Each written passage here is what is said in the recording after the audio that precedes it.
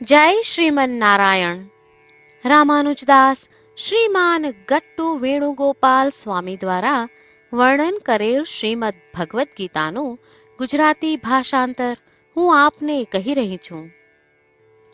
અધ્યાય 11 વિશ્વરૂપ સંદર્શન યોગ. શ્લોક 16. અનેક બાહુદર વક્ત્રનેત્રમ પશ્યામિ ત્વામ સર્વતોનંતરૂપમ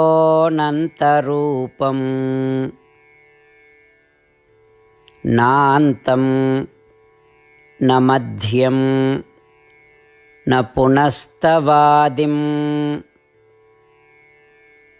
પશ્યામિ વિશ્વેશ્વર વિશ્વરૂપ. ઓમ. ગીતાચાર્ય શ્રી કૃષ્ણ પરમાત્મા અર્જુન સાથે આપણને બધાને વિશ્વરૂપ સંદર્શન યોગ શીખવી રહ્યા છે.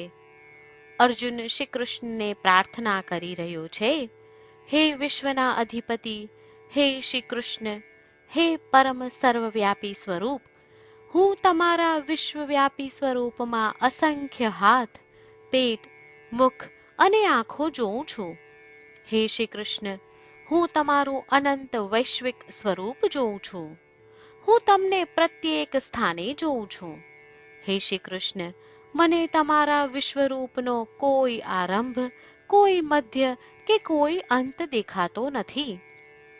આ પ્રમાણે અર્જુન વિશ્વરૂપના દર્શન દ્વારા અનુભવી રહેલા વિસ્મયકારક આશ્ચર્યોનું વર્ણન કરી રહ્યો છે. ચાલો આપણે અર્જુનના અનુભવને સમજીએ અને અનુભૂતિ કરીએ કે સમગ્ર બ્રહ્માંડ જે આપણે જોઈએ છીએ તે પરમ શ્રી કૃષ્ણ પરમાત્માનું શરીર છે. શ્રી કૃષ્ણ પરમાત્માનું શરણ લઈ આપણા જીવનને અર્થપૂર્ણ બનાવવાનો પ્રયાસ કરતા ચાલો આપણે બધા અર્જુનના શબ્દોનું આ શ્લોક સ્વરૂપે પુનરાવર્તન કરીએ. અનેક બાહુદર વક્ત્રનેત્રમ પશ્યામિ ત્વામ સર્વતોનંતરૂપમ નાન્તમ ન મધ્યમ ન પુનસ્તવાદિમ પશ્યામિ વિશ્વેશ્વર વિશ્વરૂપ. શ્રી કૃષ્ણ પરમાત્માએ આખી ભગવદ્ ગીતાનો સાર અધ્યાય 18ના શ્લોક 65 થી 70માં 8 ઉપદેશ દ્વારા કહ્યો છે. શ્રી કૃષ્ણ કહે છે, જે મારા આ 8 ઉપદેશ અનુસરે છે તે મને પ્રિય છે. એ સર્વે ભક્તોનું હું બધી જ રીતે રક્ષણ કરીશ. શ્રી કૃષ્ણ પરમાત્મા પાસેથી આખી ભગવદ્ ગીતા સાંભળ્યા પછી અર્જુન કહે છે, કરિષ્યે વચનમ તવ, એટલે કૃષ્ણ, હું તમારી આજ્ઞાનું પાલન કરીશ, તમે કહો છો એમ કરીશ. અને આથી જ શ્રી કૃષ્ણએ દરેક પ્રકારના યશ અને વિજય અર્જુનને આપ્યા છે. તો ચાલો આપણે પણ પરમાત્માને 8 વાતો પાળવાનું વચન આપીએ.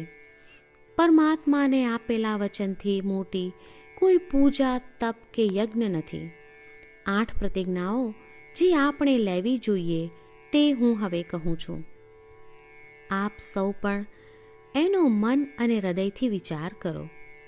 આ રીતે શ્રી કૃષ્ણને વચન આપતી વખતે આપણે સૌ શ્રી કૃષ્ણની હસતી મુખમુદ્રાનો મનમાં વિચાર કરીએ અને પરમ આનંદનો અનુભવ કરીએ. જય શ્રીમન નારાયણ. આપણા 8 વચનો આ પ્રમાણે છે. આપણું પહેલું વચન, હે શ્રીમન નારાયણ, તમારા ઉપદેશ પ્રમાણે હું હંમેશા તમારું ધ્યાન અને ચિંતન કરીશ. આપણું બીજું વચન, હે શ્રીમન નારાયણ, તમે કહ્યું છે તેમ હું સદાય તમારી ભક્ત રહીશ. આપણું ત્રીજું વચન, હે શ્રીમન નારાયણ, હું મારા કર્મો તમને સંતોષ થાય તેમ અને તમારી સેવા માટે કરીશ. આપણું ચોથું વચન. હે શ્રીમન્નારાયણ, તમે અનુસરવા કહ્યું છે તેમ મને પૂર્ણ શ્રદ્ધા છે કે હું તમારી છું. હું સદાય મારા હાથ જોડી તમને નમસ્કાર કરીશ, તમારી ભક્તિ કરીશ. આપણું પાંચમું વચન. હે શ્રીમન્નારાયણ, હું તમારા શબ્દો યાદ કરું છું. મામેકમ શરણમ વ્રજ. તમે તમારી શરણમાં આવવા કહ્યું છે. શ્રીમન્નારાયણ, હું માત્ર તમારા જ શરણમાં છું. આપણું છઠ્ઠું વચન. હે શ્રીમન્નારાયણ, આપે કહ્યું છે મા શુચ. તમે અમને આશ્વાસન આપી શોક ન કરવા માટે કહ્યું છે, તો હું દુઃખી નહીં થાઉં, શોક નહીં કરું. આપણું સાતમું વચન. હે શ્રીમન્નારાયણ, અમારા કલ્યાણ અર્થે આપે શ્રીમદ્ ભગવદ્ ગીતા રૂપી આશીર્વાદ આપી અમારા સૌ પર કૃપા કરી છે, તો હું દરરોજ ઓછામાં ઓછો એક શ્લોક વાંચીશ અથવા સાંભળીશ એવો સંકલ્પ લઉં છું. આપણું આઠમું વચન. હે શ્રીમન્નારાયણ, હું ગીતાના દૈવી શબ્દો એ ભક્તો સુધી પહોંચાડવાનો પ્રયત્ન કરીશ જેઓ ગીતાથી અજાણ છે. હે શ્રીમન્નારાયણ, તમે કહ્યું છે તેમ કરીશ, તમે કહ્યું છે એમ વર્તીશ અને તમારા માટે જ કર્મ કરીશ. શ્રીમન્નારાયણને આપેલું વચન કે દરરોજ તમે કહ્યું છે એમ કરીશું, એ જ એક મહાન પૂજા છે. તો ચાલો આપણે સૌ દ્રઢ શ્રદ્ધા સાથે પ્રભુ પાસે એક સંકલ્પ લઈએ. શ્રીમન્નારાયણ, કરીશ્યે વચનમ તવ. શ્રીમન્નારાયણ, હું તમારી આજ્ઞાનું પાલન કરીશ. સર્વમ શ્રી કૃષ્ણાર્પણમસ્તુ. જય શ્રીમન્નારાયણ. અનેક બાહુદર વક્ત્રનેત્રમ પશ્યામિ ત્વામ સર્વતોનંતરૂપમ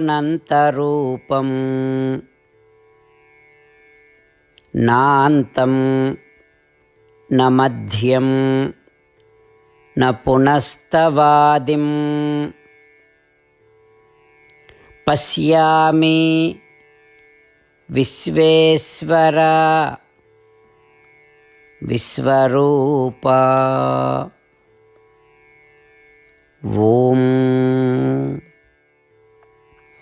અનેક બાહુદર વક્ત્રનેત્રમ પશ્યામિ ત્વામ સર્વતોનંતરૂપમ